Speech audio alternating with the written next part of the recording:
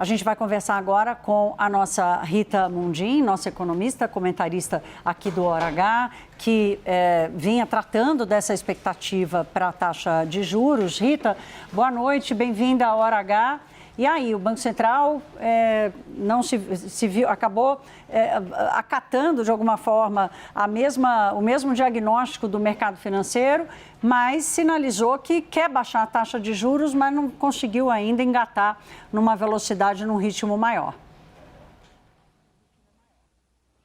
Oi, Thaís, boa noite. Estava ouvindo aí a sua explanação, né, junto com a Lucinda. Então, assim, o que eu tenho a acrescentar? Na minha opinião, o Banco Central não deveria ter cortado os juros diante do nível de incertezas. Ele mostraria esse conservadorismo que ele vem tendo até aqui. O Banco Central tem agido de uma forma bem conservadora, de uma forma bem tranquila, essa tranquilidade, essa calma ele tem tido.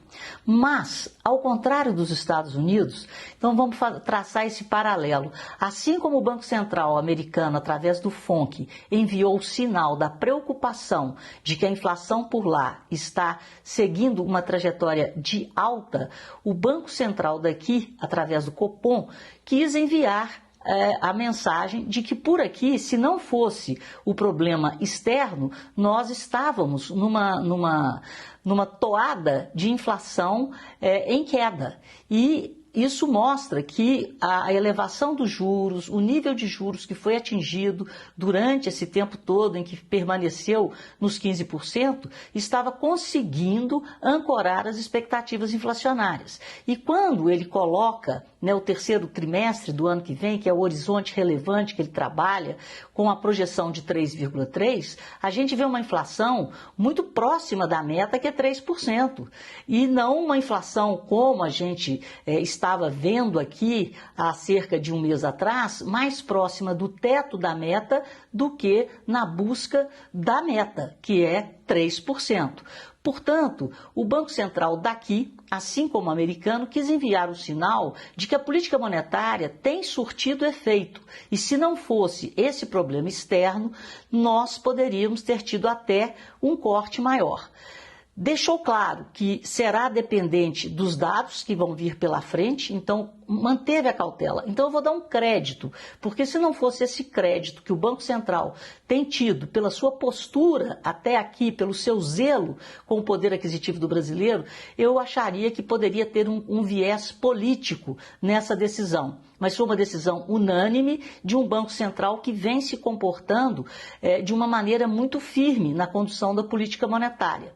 Agora, resta saber o que vai ser dessa duração do conflito, né? E a gente viu hoje, de novo, uma escalada do preço do barril de petróleo, agora para o nível de $110, depois de um ataque a uma instalação no Catar, a uma instalação de gás, né? Então, a guerra vai aí tomando contornos inesperados e eu vou dar um crédito, um voto de confiança a essa diretoria do Banco Central que até aqui vem trazendo, né, vem travando e trazendo essa luta de combate à inflação ali de uma forma bem efetiva. Então vamos ver o que virá pela frente. E só lembrando que lá nos Estados Unidos, o Powell disse que os juros podem até subir. E como eu disse na segunda-feira, a previsão era de um primeiro corte em outubro, né?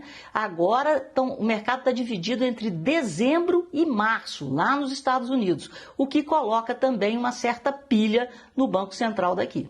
Aliás, Rita, é tão importante ter você aqui, porque eu e a Lucinda somos jornalistas que cobrimos economia, mas a economista mesmo é você. E você traz essa visão que é super importante, né, que passa da leitura do comunicado. Rapidamente, Rita, eu tenho um minutinho só, mas eu preciso te ouvir. Havia uma expectativa de que o comitê alegasse serenidade, cautela, baixasse o juro em 0,25, mas fizesse o que você acabou de dizer que Jeremy Powell fez, que é para dizer o seguinte, e se der problema, não achem que eu não subo os juros, não. Eu vou reagir de acordo com a crise. Você sentiu falta desse posicionamento ou a forma como o comitê se posicionou já está suficiente? Não, eu achei que foi suficiente. O comitê sinalizou que o trabalho que ele fez até aqui, ele trouxe uma expectativa de desancoragem, né, da inflação. Ou seja, daqui para frente vai depender do que acontecer lá fora. E que o trabalho foi bem feito e nós estávamos para iniciarmos esse período, né, de corte nos juros. Só que agora entra o fator externo para complicar essa tomada de decisão.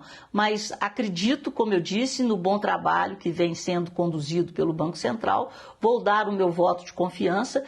Se eu tivesse lá, eu teria votado pela manutenção diante do nível de incertezas no mercado internacional e principalmente no nível de incertezas que está vivendo a maior economia do mundo, os Estados Unidos. Isso ficou claro lá no FONC deles. Mas por aqui o trabalho vinha sendo feito nesse objetivo de trazer a inflação para a meta no terceiro trimestre de 2027. E o Banco Central reforça esse posicionamento. Mas não se furta em interromper esse corte ou até mesmo em elevar os juros. Ele não deixou claro essa possibilidade, mas da forma que foi escrito o comunicado, a gente vê que o Banco Central está preocupado e vai analisar os acontecimentos externos.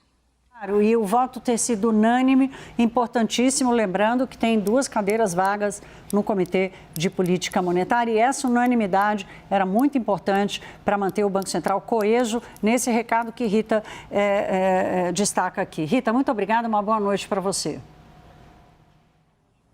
Boa noite.